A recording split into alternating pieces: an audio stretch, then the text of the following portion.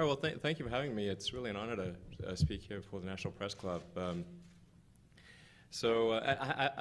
have an exciting announcement with respect to space, and I think one which should be provide some inspiration and some belief that the innovation is alive and well in America and going in really interesting directions. But before I'm going to get to that, but I'm going to preface that with the logic that explains why such a thing is important, because it may not be immediately obvious. So first of all,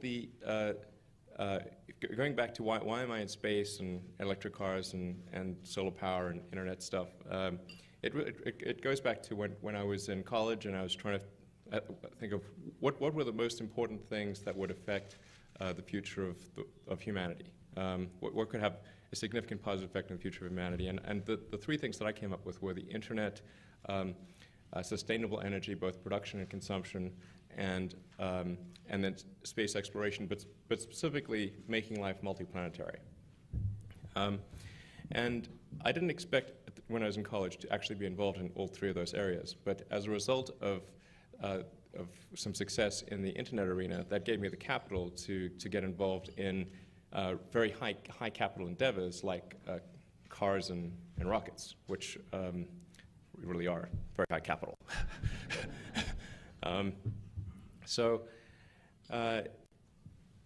The reason for I'm mostly going to talk about space. So I want to explain sort of why do I think space is really important, and what about space, and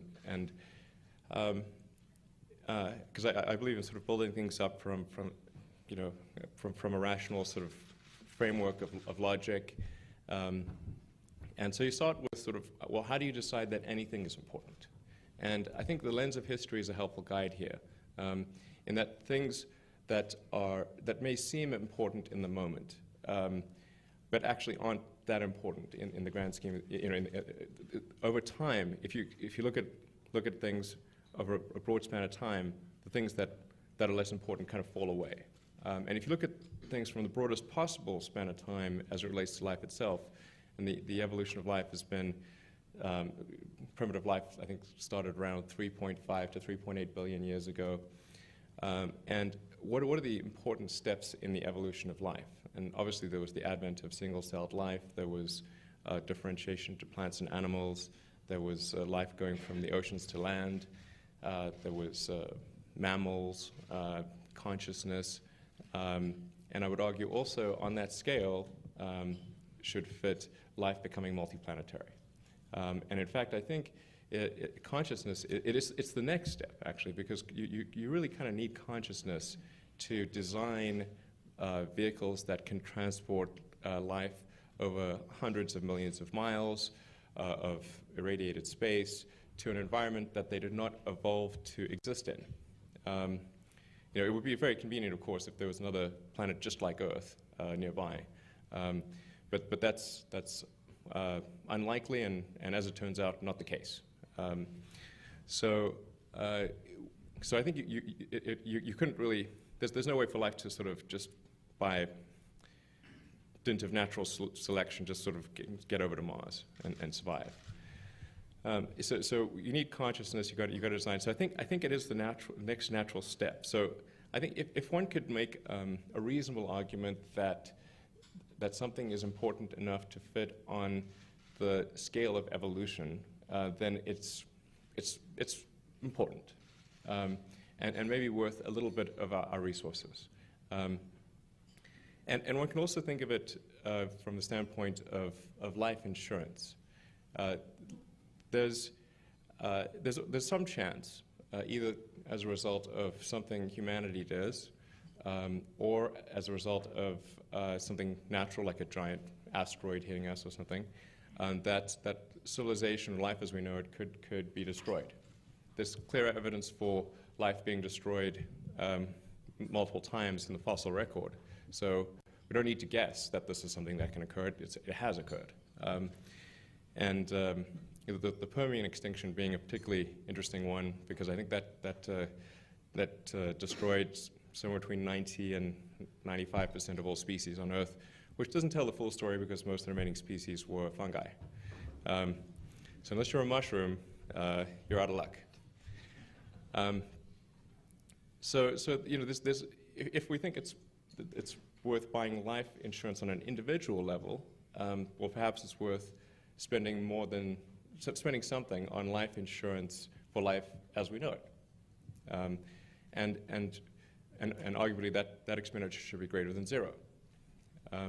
So then we can just get to the question of what is an appropriate expenditure for life insurance, you know, I think probably if it's something like 0.25% of the GDP, that would be okay. I think most people would say, okay, that's not too bad. You know, it's but you know, you don't want it. You want it to be some sort of number that is much less than we spend on healthcare, but maybe more than we spend on lipstick. You know, something like that. And I like lipstick. It's not like I've got anything against it.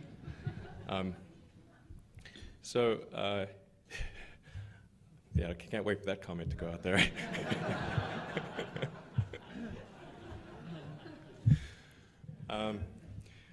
That's kind of the thing that I think it's important that we give a little bit of our mind space towards. And I think it's also one of the most inspiring and interesting things that we could try to do. It's one of the greatest adventures that humanity could ever embark upon. And you know, life has to be more than about solving problems. You know, if all that life is about is solving problems, why bother getting up in the morning? There have to be things that inspire you to, you know, that make you proud to be a member of humanity. And you know, the Apollo program is certainly an example of that. It's only a handful of people went to the moon, and yet, actually, we all went to the moon. We went with them vicariously. We shared in that adventure. I don't think anyone would say that was a bad idea. That was great. So, you know, we need more of those things. Or at least we need some of those things. You know, even if someone's in a completely different industry and in a completely different walk of life, it's still something that's going to make you feel good about the world. And that's another reason why I think we should try to do these great things.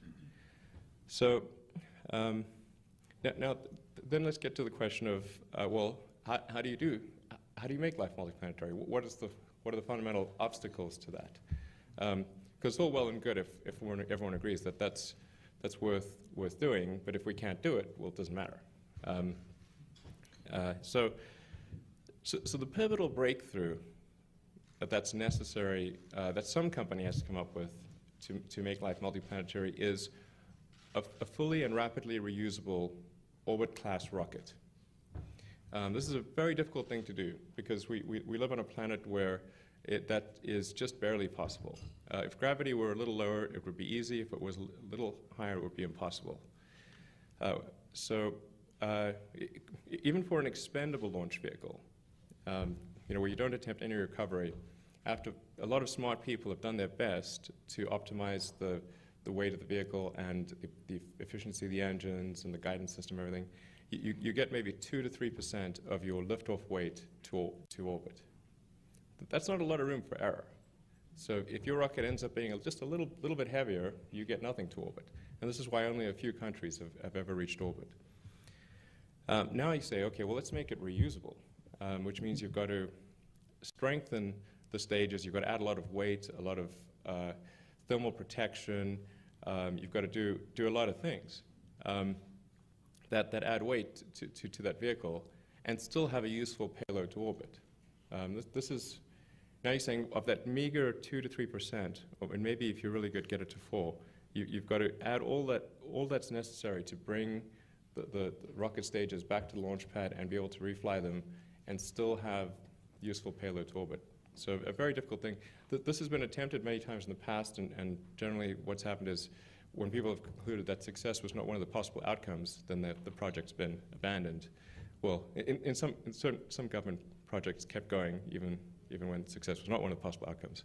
unfortunately. But then eventually they get cancelled. So it's just a very tough engineering problem. And it wasn't something that I thought, I wasn't sure it could be solved for a while. But then I think just so relatively recently, probably just in the last 12 months or so, I've come to the conclusion that it can be solved. And I think SpaceX is going to try to do it. Now, we could fail. I'm not saying we're certain of success here, but we're going to try to do it. And we have a design that, on paper, doing the calculations, doing the simulations, it does work. And now we need to make sure that those simulations and reality agree, because generally when they don't, reality wins. So that's to be determined.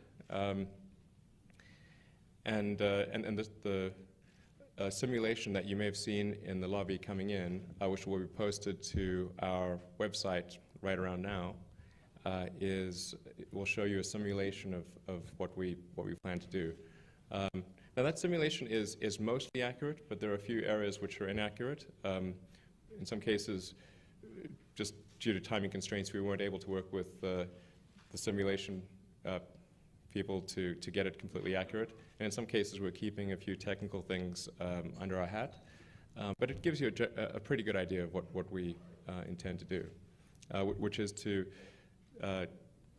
land basically for the first stage, after stage separation, turn the stage around, relight the engines, boost back to the launch pad, and land propulsively on landing legs. And then with the upper stage, after dropping off the satellite or Dragon spacecraft, then do a deorbit burn, re-enter. You need quite a powerful heat shield. Steer aerodynamically back to the launch pad. You don't actually need wings, by the way. This is a common misperception to steer aerodynamically. You just need some lift over drag number and lift vector, and steer back to the launch pad. Then land propulsively with the upper stage, also with landing gear. So we'll see if this works, but it's going to be certainly an exciting journey. And if it does work, it'll be pretty huge. Because if you look at, say, the cost of a Falcon 9 rocket, which is quite a big rocket, it's about 1 million pounds of thrust. It is the lowest cost rocket in the world, and even so, it's about $50 to $60 million. But the cost of the fuel and oxygen and so forth is only about $200,000. So obviously, if we can reuse the rocket, say 1,000 times, then that would make the capital cost of the rocket per launch only about $50,000. There'd be maintenance and other things that would factor in there, and fixed costs and some overhead allocation and whatnot. But it would allow for about 100-fold reduction in launch costs. And this is a pretty obvious thing if you think about it as applied to any other mode of transport. You can imagine that if planes were not reusable, very few people would fly. 747 is about $300 million. You'd need 2 of them for a round trip. And yet I don't think anyone here has paid $500 million to fly. And the reason is because those planes can be used tens of thousands of times, and so all you're really paying for is fuel and pilot costs and just sort of incidentals, and the capital cost is relatively small. So that's why it's such a giant difference. Or thought of another way, I mentioned that we could probably afford 0.25% of our GDP for making life multiplanetary. That's the cost if you have a fully reusable rocket. The cost if you don't have a fully reusable rocket on the same barometer would be 100% of the GDP. And that would mean no money for food, healthcare, or anything else. And obviously that's impossible. So that's why I think a fully and rapidly reusable system is fundamentally required for life to become multiplanetary, for us to establish life on Mars. Mars is the only realistic option for another planet. Venus being too hot, Mercury being way too hot, Jupiter being a gas giant. And the moons of Jupiter are a possibility, but it's much further out and it's harder in a lot of different ways. And the moon is sort of too small and resource poor to make life multiplanetary. Emphasize not just to have a little base. A little base is not that interesting, but a self-sustaining human civilization is that's on multiple planets where life could continue even in the event of a calamity on Earth. That is the real thing. Yeah, so I think this is pretty exciting, and I think everyone in America and arguably the rest of the world should be pretty fired up about what we're doing, and hopefully wish us well, and we'll do our best to succeed in this regard. And yeah, it's definitely going to be an adventure. And I'll say one final thing, which is that sometimes people say, well, what is the business model for Mars? And sometimes they think, well, can you mine Mars and bring things back? And that is not a realistic business model for Mars, because it's always going to be far cheaper to mine things on Earth than Mars. But I do think that there's a business model where if you can reduce the cost of a flight to Mars or moving to Mars to around the cost of a middle-class home in California, which these just seem to be rising over time, maybe not recently, but certainly pretty expensive. So maybe to around $500,000. Then I think you'd have enough people would buy a ticket and move to Mars to be part of creating a new planet and be part of kind of the founding team of a new civilization. You don't have to have you don't obviously have to be willing to have quite an appetite for risk and adventure. But there's 7 billion people on Earth now. There'll be probably 8 billion by the midpoint of the century. So even if 1 in a million people decided to do that, that's still 8,000 people. And I think probably more than 1 in a million people will decide to do that. So that's what I think is sort of the Mars business model, if you will. And then ultimately Mars can probably export intellectual property like software and inventions and things like that. If you can sort of beam it back with photons, that's sort of the better way to go. All right, so I'm happy to answer any questions. Thank you very much.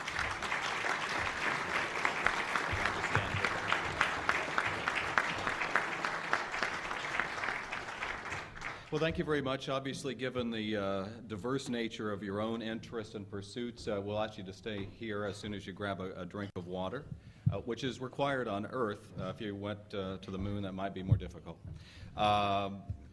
So we're going to start with the space piece, and if you'll just stand up here right by my side, and we'll just sort of wing it one by one. Talk about how you see the practical application of this technology that you just described, sort of in the near and intermediate term, if it's successful. Well, in the near term, the technology will be applied to launching satellites and to resupplying the space station, taking cargo and crew up there. That's the near-term thing, and that's what SpaceX's current business is predicated on. We are doing okay in that regard, and we've got about $3 billion of revenue under contract, and that's better than okay. Yeah, that's just $3 billion. Yeah, I mean it's spread out over the next sort of 5 years, but so it's not all at once, unfortunately, and we do have to do lots of things to get that money. But that's not bad, and so we have been profitable for the last 4 years, not hugely profitable, but moderately profitable, and we expect to be the same this year. So, and I think that's somewhat necessary, because obviously if the amount of money going out exceeds the amount of money coming in, then sooner or later we'll die. So we have to make sure that we have more money coming in than going out. But that seems to be going reasonably well. And you described to me earlier that right now you're the leading, essentially, vendor for launching satellites into space right now? Well, if measured by launch contracts awarded, that is correct. And So the United States has been uncompetitive in the international launch market for a long time, and Russia has actually been the leader in that regard, followed by Europe, and then to a lesser degree India and China, although China is growing rapidly. Except in the last few years where the United States has done the best, and that's due entirely to SpaceX. So obviously you're a person very interested in and performing in innovation, and that's something it seems the United States does well. In the space business specifically, how can we maintain that competitive edge, and are we maintaining it in the sector generally within our nation right now? Well, as far as launch is concerned, I think it's fair to say that the United States has by far the most competitive launch capability with SpaceX, as a result of SpaceX. The only realistic potential competitor is China. I tell you, it's not the easiest thing competing with national governments, which are heavily subsidized. They certainly have set their sights on us and have told us that. But that's okay. I think we'll win. But we have actually, with respect to China, we have a conscious strategy of filing the absolute minimum number of patents. We file very few patents. And the rockets, we were very careful about cybersecurity, and we're very careful about physical security, because there's obviously a history of absconding with intellectual property in China. And the enforceability of patents against the Chinese government is zero. So that's contrast that to Tesla, where Tesla files a lot of patents because competitors are commercial companies and there is enforceability. So not to worry about launch. We'll take care of that. Let me come back around a little bit to the maintaining the national standard. As you know, there's been an active debate in Congress, we're in Washington, about what is the appropriate role for government. Of course, there was a different approach to that in times where cash was more flush. Right. And it seems to some degree, or a great degree, you're a beneficiary of that in the sense that we're outsourcing some of this within our own country now. Is the apparent inability of the federal government to spend on this going to be an inherent problem for our country? Well, we do spend a fair bit on space. I mean, much more than any other country from a government standpoint. So I think we'll continue to be the biggest spender on space in the United States. But by the same time, I think the budgets in absolute terms will decrease just because of overall compression on the federal budget, and we have a huge budget crisis, and largely have our head in the sand and are ignoring the reality that we're spending far more than we're bringing in, and that chicken will come home to roost. So I think we can expect massive compression of all budgets, including space, from a government standpoint, just because we simply won't have any other choice. Well, I want to get more to the SpaceX piece, but since you just now talked about sort of the way that you should do business as a government, there's obviously a political issue right now that's out there about what is the appropriate role of government in encouraging job creation. You have 1,500 employees at SpaceX. You're having those jobs in the United States. I guess you have a launch facility in the Marshall Islands. Yeah, well, actually, our primary launch facility is Cape Canaveral, and then we're building a launch site at Vandenberg Air Force Base in California.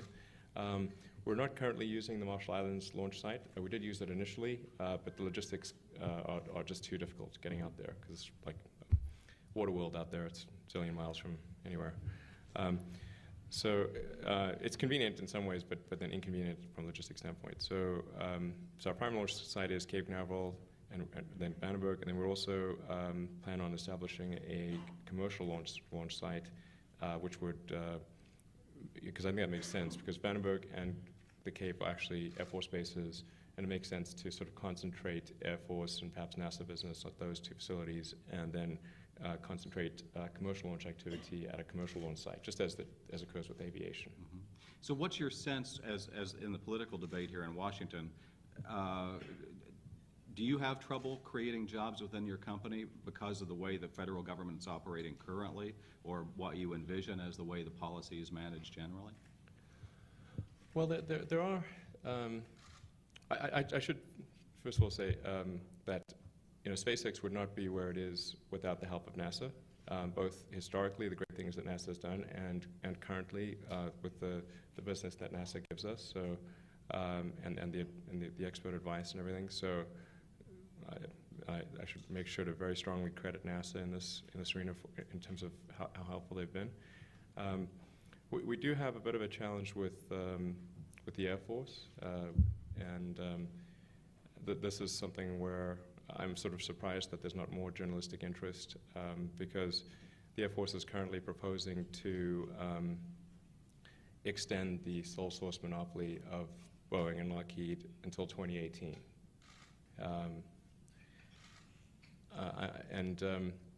The reasoning given for that is preservation of the industrial base. Although for some reason, oddly enough, we're not included in the industrial base. And this is doubly odd because the main rocket used by Boeing and Lockheed is the Atlas V, which has a Russian main engine and a center airframe, the interstage, and a forward airframe, the fairing, which are made in Switzerland.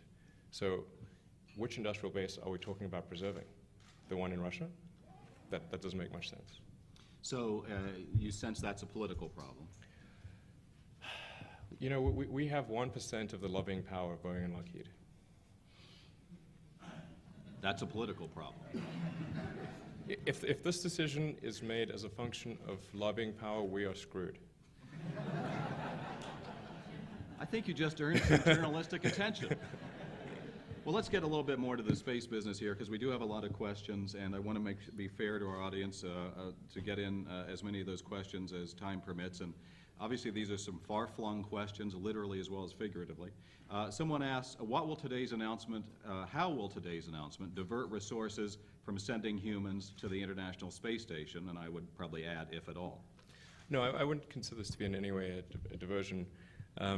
This is a parallel effort, and so it's not really impacting our sending of cargo to the space station, nor is it affecting our human spaceflight development activities that we're doing in partnership with NASA, which is going really well. So think of this as sort of a parallel thing. It doesn't really affect the ascent phase of the vehicle, but we're really trying to have the descent phase not be hits atmosphere and explodes. That's actually what happens to all rockets otherwise. That's a good goal to keep. Given the grounding of Russia's rocket fleet, are you in discussions with NASA to accelerate launch dates for the International Space Station missions? And what happens with your scheduled November launch with the possibility that the ISS may need to be evacuated? Yeah, and with the Soyuz failure that occurred recently, it actually will likely result in a delay in our launch to the space station, because it sort of pushes out the other missions. And NASA rightly wants to have the appropriate level of astronaut, the right astronauts, and a number of astronauts, and with the right training and everything on board the space station when we arrive. So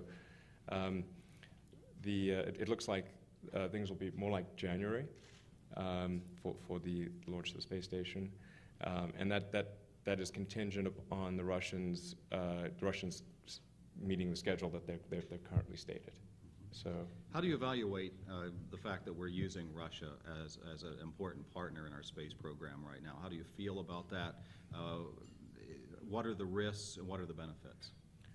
Well, I think despite the recent failure of the Soyuz, it is actually a good vehicle. It has a good track record. I think there may be some concerns going to the future long term with Russia, in that a lot of their expert rocket engineers have retired, because it's much more compelling financially to go into the oil and gas industry in Russia than it is to go into the rocket industry. So,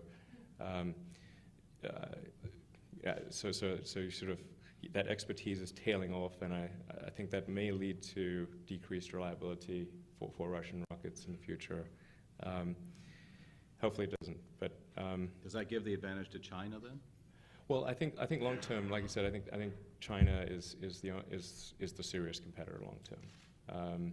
If you look at Russian rocketry, since the fall of the Soviet Union, there's really been no significant developments. The technology has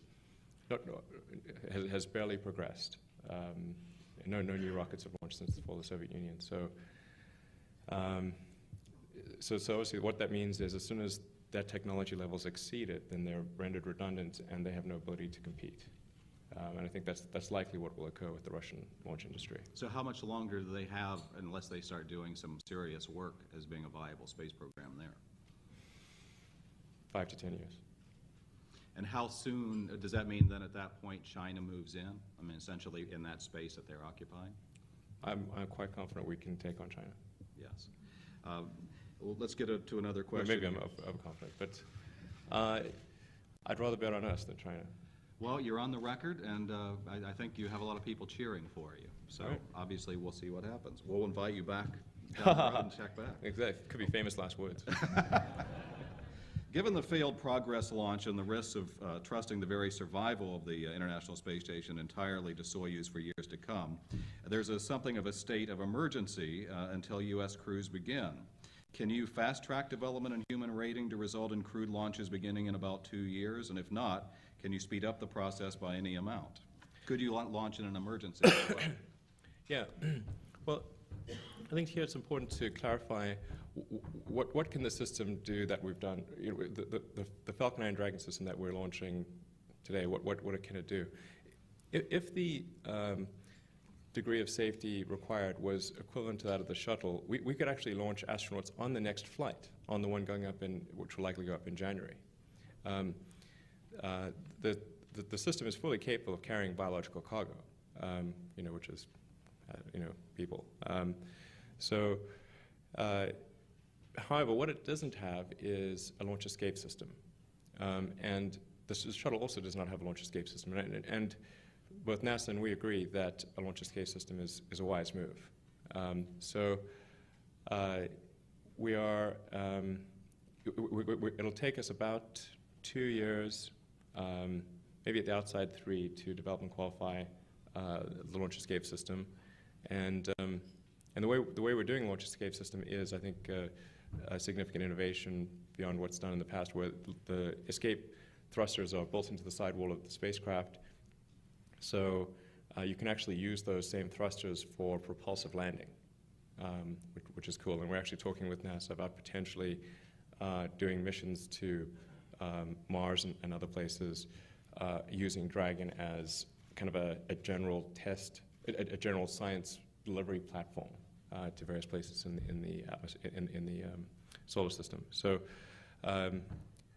that's an important distinction. We could launch, like I said, we could launch satellites next flight if requirements same as shuttle, but if we wanted to add launch escape system, 2 to 3 years.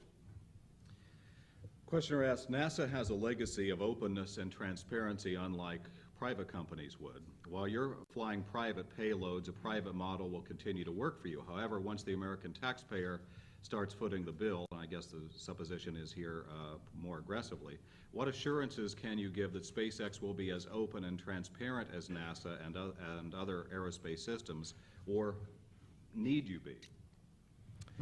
Well, you know, we're relatively speaking a pretty open and transparent company. Now, there are some restrictions here which are ITAR restrictions. They're not restrictions that, you know, we have any choice over, because advanced rocket technology is considered protected technology. So you can do harm with those.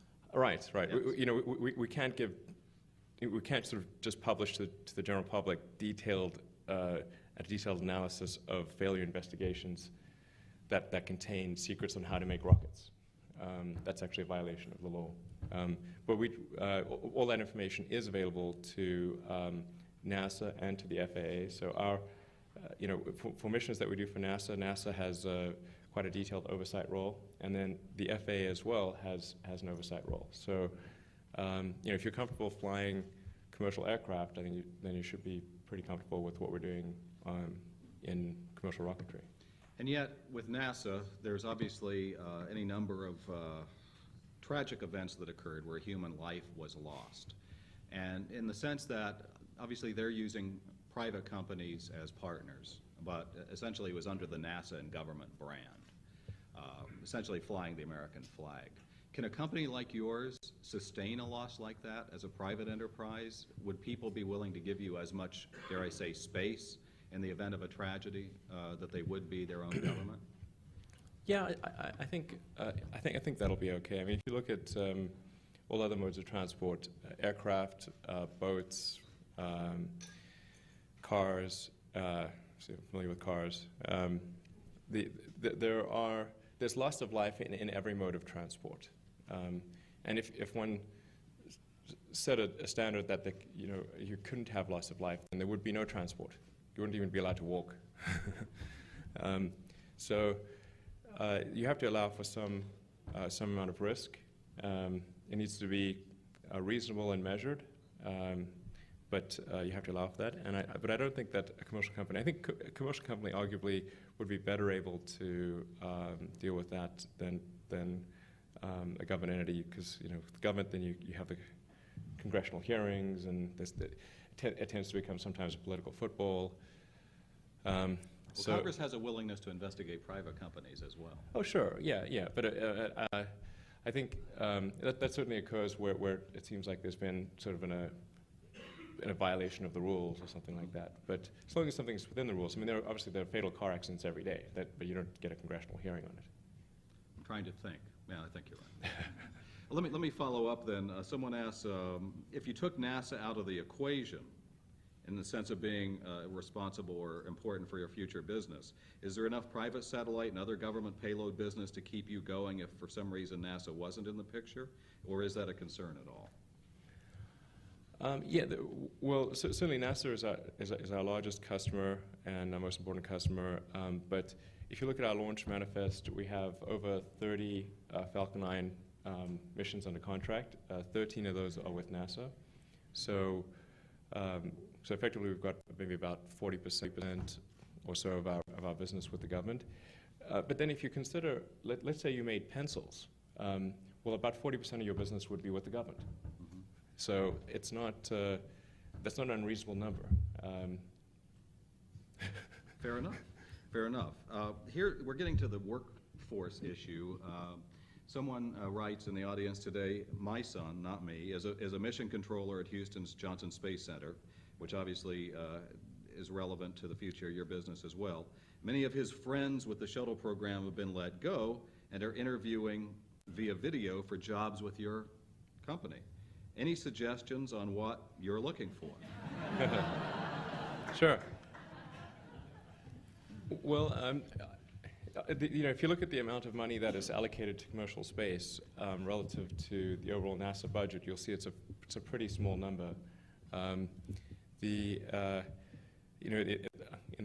sort of last fiscal year, it was about $300 million, but that was split over 4 companies. So we got about 75, I think, or something like that. So that's, I guess, about 0.5% of the NASA budget. So it's important to bear in mind that we'd love to hire a lot more people than we currently hire, but we can't run out of money and die. Mm-hmm. So we can only hire a few people. In terms of what characteristics we look for, we're quite engineering centric. So we're big fans of what have people done from a hardcore engineering standpoint. What tough engineering problems have they solved? How they solve them? We're sort of less interested if it's sort of been more of a paper-oriented role that they've had, because we try to minimize that at SpaceX. So, are you more demanding an employer than NASA would have been? Well, that's a tough question to answer. Give it a shot. I think we're probably more demanding. I mean, I guess NASA is a large organization, so I think the level of demand that people face in different parts of NASA varies considerably. And I'm sure that there are parts of NASA which are just as demanding, maybe more demanding than SpaceX. But SpaceX is an extremely demanding organization, and we expect people to work super hard and be very good at their job. Given that Tesla and Solar City are your response, in a sense, among other things, to climate change, how do you answer politicians who say that they're not sure it's actually happening? Okay. Well, I think the climate debate is an interesting one. So if you ask any scientist, are you sure that human activity is causing global warming? Any scientist should say no, because you cannot be sure. So on the other hand, if you said, do you think we should put an arbitrary number of trillions of tons of CO2 into the atmosphere and just keep doing it until something bad happens, they'll probably say no too. We essentially are running an experiment, and that experiment is to test the carbon capacity of the oceans and atmosphere. Now, that experiment may turn out to be fine. It may also turn out to be really bad. And I just don't understand why we'd run that experiment. Particularly when you consider that at some point we have to get to something that is sustainable. We have to have sustainable production of energy and consumption of energy. Because tautologically, if it's unsustainable, you will run out of it. And you can simply say, well, let's say hypothetically CO2 was good for the environment. And let's say hypothetically the United States possessed all the oil in the world. Well, you'd still have to get off oil because it's a finite resource. And as you start to run out of it, the scarcity would drive the cost up and cause economic collapse. So why not do it sooner? And I'm not saying that it needs to be a radical or immediate change, or that people need to now inject a great deal of misery into their lives to avoid CO2. But we should lean in that direction. We should lean in the direction of supporting technologies that are sustainable and lean slightly against technologies that are unsustainable. That just seems pretty sensible, even if environment isn't a factor.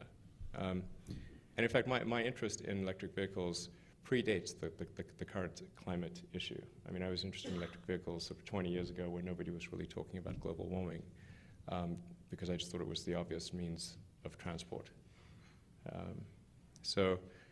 But I do think the climate thing does add urgency to things, and I do think we will see quite a significant increase in the cost of oil.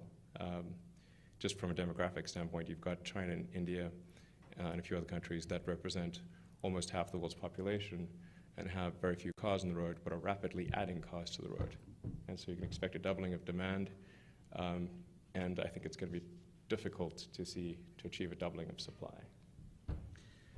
Have you changed anything in the wake of the federal Solyndra investigation? And do you have any concerns about an inquiry into government loans and contracts? Will Tesla's DOE loan application stand up under such scrutiny?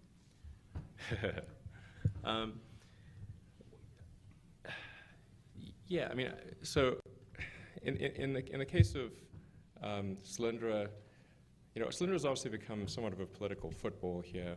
Speaking of footballs earlier. The DOE programs, they're necessarily are a portfolio of programs where some number of the things that are funded there are going to fail. That should be assumed. You should not assume that a 100% success. And in the case of Solyndra, people forget that private investors lost twice as much as the government did. So it's not, and there were some really first-rate venture capitalists in Solyndra. It's not as though these were suckers.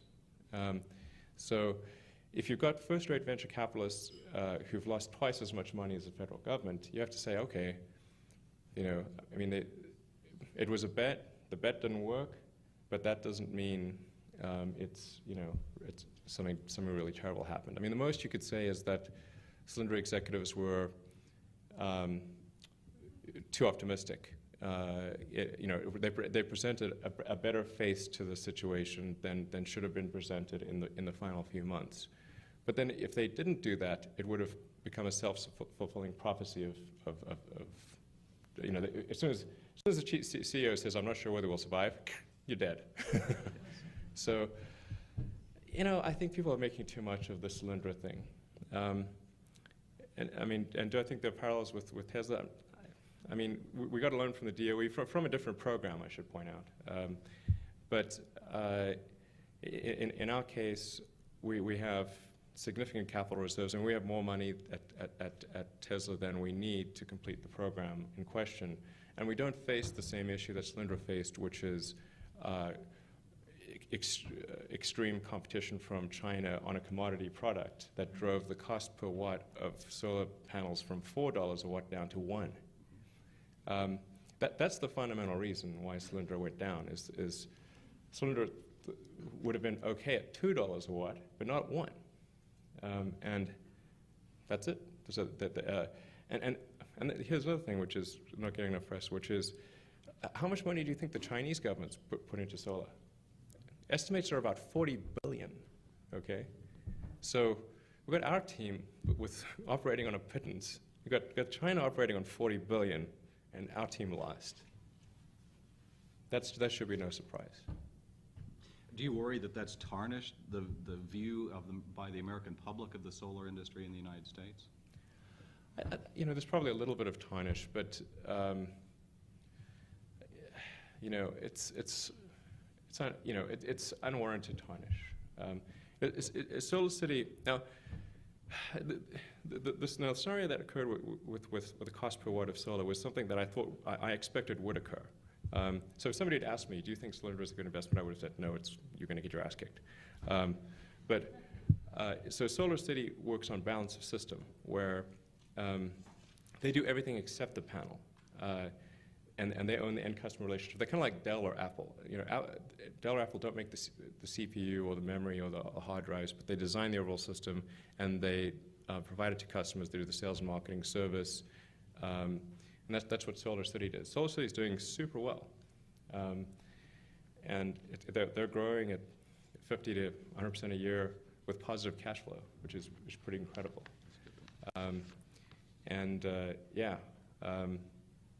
I just show up at board meetings to hear the good news. It's really great. All credit to those guys. So, for them, the more rapacious the competition on solar panels, the better. It helps you. Yeah. Well, if you wouldn't mind, we'll do some finishing business here. So if I can just step up there for a second, then we'll get a couple more questions in if you'll just stand by.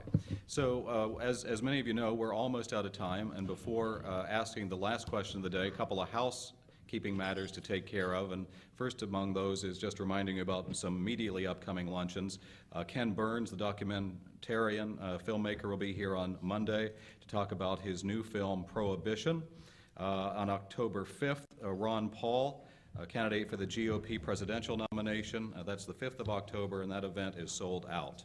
We just announced October 24th, TMZ's Harvey Levin will talk about the changing landscape in entertainment news. So before I get to the last question, if you'll just come right over here, we present our speakers on a routine basis with our token of our appreciation, and thank you very much, our National Press Club coffee mug.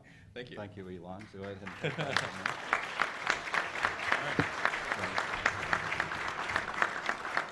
So we'll see if we have time for more than one question here at the end, but these are on the lighter side, as many of you know in the audience.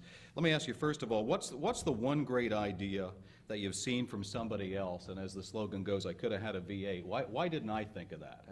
There's probably been more than one, but which of those loom largest in your mind? And please stand up to the microphone. Sorry, which? A great idea that you saw someone else had, and you wished you had had it yourself, or expressed that idea.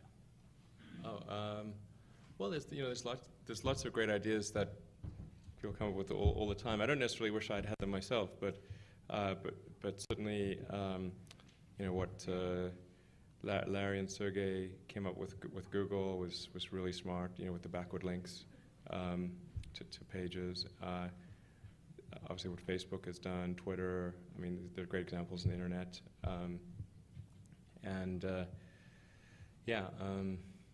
Those are American companies. Yeah, iPad, obviously iPhone. I think Apple, Google, Facebook. I mean, these are examples where it's like, you know, you're sort of like, who's our competition? You're like, not even sure. Okay. Yeah, so How is it that America is able to innovate so well, given all the challenges, when we have great companies like that performing so well? sorry. In other words, in many ways, the nation continues to be a great innovator. Yeah, absolutely. How do you explain that? How does that continue to happen? Why is that? Well, the United States, it's kind of like the statement about democracy. You know, it's a bad system, but it's the least bad. Well, the United States is the least bad at encouraging innovation. And then Silicon Valley, actually, I'd say, is particularly good at encouraging innovation. But Silicon Valley is just, you know, orders of magnitude better than any other place in the world for creating new companies and fostering innovation. It's quite remarkable. So I don't think we necessarily need to worry about some other country out there out innovating us. I don't think people realize like almost all innovation in the world comes from America. It's like, yeah, it's true. I mean, a ridiculous percentage. But that doesn't mean it couldn't be better. And I think we need to be concerned about you know, excess regulation, but a tax structure that doesn't, you know, potentially doesn't promote innovation. Because the thing to remember is, like, when companies are little, they're like tadpoles. I mean, they just die very easily. And so you need to have an environment which tries to protect little companies and help them get bigger. Silicon Valley does that very well. America, you know, in general, does that very well relative to other countries. But most other countries tend to foster and protect, or rather, they tend to protect the big companies. Big companies don't need protection. Very well put. How about a round of applause for our guest speaker today? Thank you very much.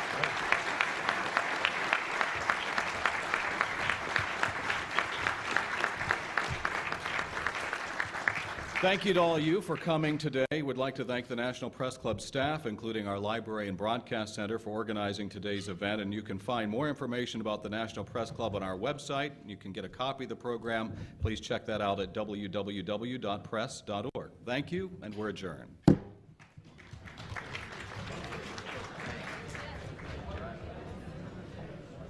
was great meeting you. Nice to meet you. Absolutely. Thanks so much.